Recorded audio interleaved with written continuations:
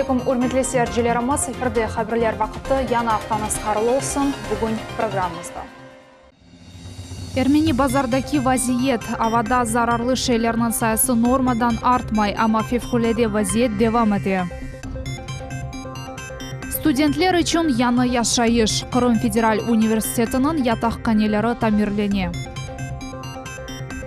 Онларже йылларже бала бақчасыз өмір. Сақта яны бала муэссесі açıldı.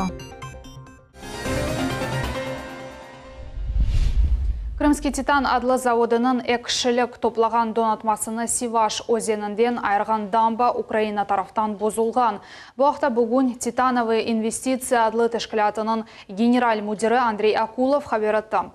Оқыштыке завод реберлігі федераль хавсызлық қызметіне мұражат етіп, иншаат тешкерілгені режа етелер. Бұнен берабер бүгін Эрмени базар шерінде Қырым Девлет Шурасының рейсі Владимир Константинов иш зерятынен бұлынды.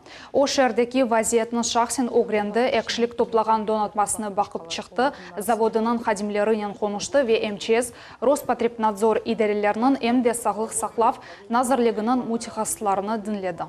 Будет большой бедой, уважаемые друзья и коллеги, если результатом наших совместных действий будет то, что среди горожан, жителей Армянска возобладает мнение, что отсюда нужно уехать, что отсюда, так сказать, что жизнь здесь невозможна. Это совершенно неправда.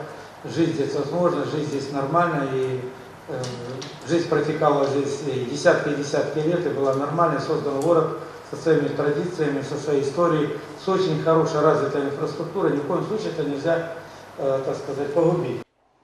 Эрмени базар шерінде соңғы 3 күн девамында зарарланғанларының шейлерінің концентрациясы қайт олынмады.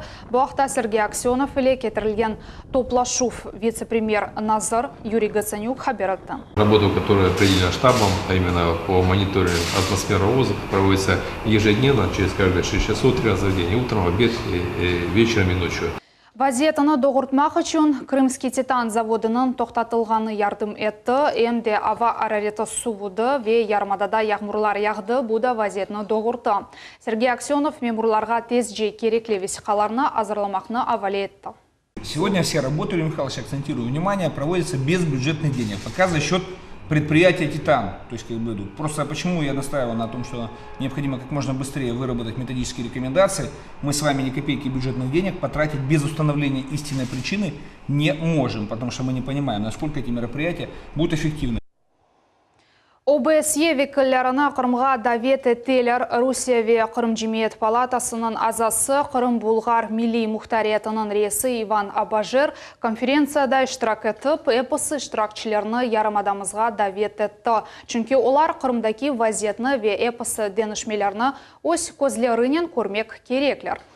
Қырым векіллері ОБСЕ конференциясында қиынлықларға бақмадан іштірак еттілер.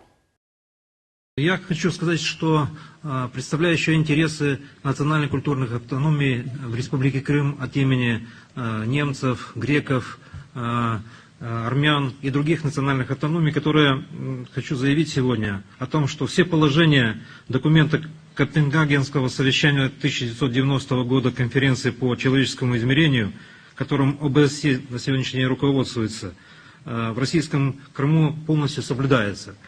Мы свободно пользуемся родным языком, имеем образовательные школы. Біз евелері айтқанымыз кібі сентябрынан 11-де Қырым журналистлеріне Украин делегациясы сөз бермеді. Ама олар несе ось марузасыны оқудылар. Миллет телеканалының генераль мудиріні Эрвин Мусаевны озун Қырым Русия Федерациясы деп тақдим еткені себебінден тоқтаттылар. Русия Федерациясы тыш ишлер назирлігінің ресми векілі Мария Захарова қайтетті ки ОБСЕ конференциясының иштиракчылары Украин пропагандасыны дінлемеге безділер. Модератор пленарной сессии в итоге не дала слово руководителю крымско-татарского телеканала «Милет» Эрвину Мусаеву и представителю Общественной палаты Крыма Анжелике Лучинкиной. Сразу же после этого последовал демарш российской стороны. По этому случаю мы считаем его абсолютно вопиющим, так как речь идет о прямой дискриминации, в частности, журналиста. Все это возымело действие, и в дальнейшем и Мусаев, остальные крымчане выступили беспрепятственно. Но я вам хочу сказать, что битвы за то, чтобы крымчане получили слово, были серьезными. Қырым құртарыcıları Ахмежет Кефе трассасында yol нақлие қазанын ақибетлеріні yok etmek үшін ярдым көстерділер. Бұл ақта Қырым Спасы дәресінде хабер еттілер. Суvuq Сала, яғни Грушевка қойы янында автобус ве юк машинасы чатыштылар. Қаза нәтижесінде айдавчы зарарланды. Yolcular арасында зарар көргенлер жоқ. К месту происшествия немедленно направилась дежурная смена Судакского аварийно-спасательного отряда «Крым-Спас» в составе 4 человек, сотрудники скорой медицинской помощи и Главного управления МЧС России по Республике Крым. По прибытии спасатели выяснили, что в результате дорожно-транспортного происшествия пострадал водитель автобуса, следующего по маршруту Симферополь-Керчь. Ему была оказана первая помощь, в дальнейшем передан сотрудникам скорой медицинской помощи. Никто из пассажиров автобуса не пострадал. Екі ай девамында Қырым айдавчылары тахменен 100 миллион рубле нақлие бергесіні төледілер. Қырымның федераль бергі қызметінде тарифы тілеркі бұл бекленілген параларындан бір пайыдыр. Бүгін ярмада сакенлері аман-аман 410 бин нұсқа техниканы ішлетелер. Қызметті қайт етелеркі Қырым сакенлері бұл сене сербест бергі хабер кяғытларына алажақлар. Бұл нақлие ве топрақ дамарталарының сайыплерыдыр. Топрақ бергесінден Жұмхурет бюджетіне енді 16 миллион рубле қошылды. Бергі кяғытларыны ярмада сакенлері октябрның сонуна же алажақлар. Сақ шәрінде Жұмхурет елбасшысы күнде яратылған Қырым татар халық шурасының азалары топлашув кечірділер. Топлашувда кезгін ratslаған суалер музыкер етілді. Бұл медениет, тасыл ве спорт саларында меселер олды. Ән чоқ мұражат тасыл системасы ақында олды. Бұл программа ве дерсліклер бір-біріне келішмегенні, бала үшін анлайшылы олмаған метінлер, әмде ана тілі дерслері оқу фукунның сонында кечірілуі. Крымско-татарский язык, как и предмет родной язык, не должны преподаваться последними уроками, не должны ставить этот предмет в условия выживания как учащихся родителей и в условиях выживания самого предмета. Мы не рекомендуем учебным заведениям проводить крымско-татарский язык последними уроками. Это на контроле у главы Республики Крым, как председателя нашего совета крымско-татарского народа. И мы сейчас проводим лингвокультурный мониторинг по Республике Крым с целью выявить такие факты. Ахмежет район махкемесі Кефе yolunun 10 километрінде Улы Ватан женкі деврінің қардашлық мезарлығыны қазған марадер, яне соғынжыларыны қабатлы деп танылды. Қанун бозжыларыны бір ел евел геноцид құрбанларының абидесі янында яқаладылар. Евел әркеклер 2013 сене тамам бұл мезарлықта қанунсыз қазув ишлер япқанлар бұл сене 3-4 елға қабатлайжы үкім шығарылған еді. Жеза екенленген сон олар кенеде евел кешіне оғрашы башлағанлар. Полищука Георгий Федорович размедовано совершение преступления, предусмотрено частью 3-30, частью 2-35, частью 1-103 УК РФ. Значит, наказание в виде 1 года 6 месяцев лишения свободы, силовое наказание в колонии строгого режима. Полищуку Руслану Георгиевичу 2 лет 1 месяца лишения свободы, силовое наказание в колонии поселения. Еуди жемиет векілері махкеменің қарары нен мемнун қалмадылар. Истинав етежеклер хатырлатамыз бұл ақардаш мезарлығы да 2010 сенесі Девлет реестріне медини мирас объектлер сырасына көрсетілген адам. Наказание состоялось, наказание сегодня есть, но, на наш взгляд, оно слабое. И, естественно, мы будем делать все, чтобы неповадно было другим.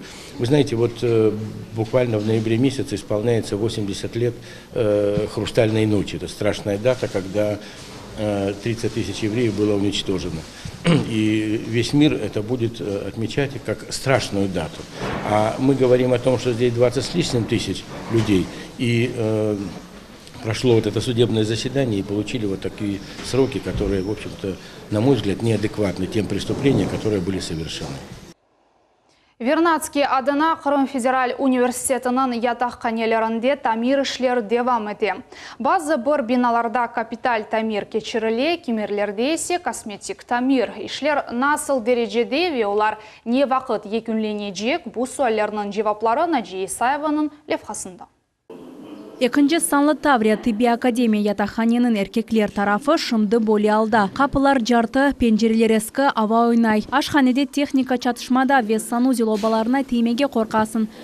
Надеюсь, что скоро дадут горячую воду, мы сможем наконец-то помыться. 2,5 месяца мы не могли помыться. Мылись в тазике, в ведре, как могли, выживали. Бу исе ятаханенин кадын-кызлар тарафы. Бу ерде якында тамир ишлер якунленди. Вазиет бамбашка. Таких условий не было, мы готовились, пользовались тем, что было, и это было радостно. Но сейчас, спасибо ремонтникам, стало намного лучше, комфортнее, чувствуем себя как здесь дома. Якында ятаханені эки кысмы да оңайтлы ведулбер олажак деп ваде етелер куручулар. Олар душ кабиналарыны тертипке кетирип, толу шекилде тамирледилер, капы пенжерелерини деништирип, яны электриктелер чектилер. Беспалова 45А адрес боюнча ерлешкен экинчи ятаханеде диккатсыз калмады. Бу жерде де санузеллер ве эп соодалар тамирлене, мебель деништириле. Бинанын ок көрүнүшү эвелси тамирленген эди. Энди исе ички ишлердин невбети келди. Здесь проводится капитальный ремонт мокрых помещений, то есть это кухни, санузлы и душевые. Мы сейчас находимся в левой части общежития. Здесь будет женская половина.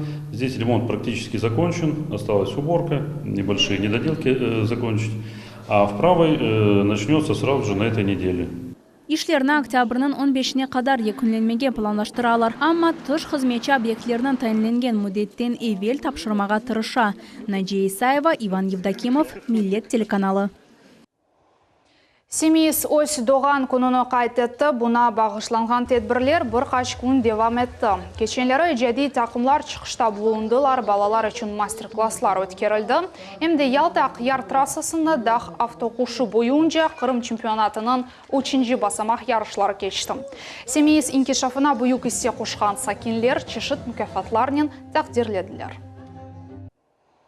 Одобрена мамами Крыма серлевалы иштимаилиха чечвесинде фаал аналар ось эвлядлары үчүн эн яхшы ве кейфетлі шейлерни сечелер.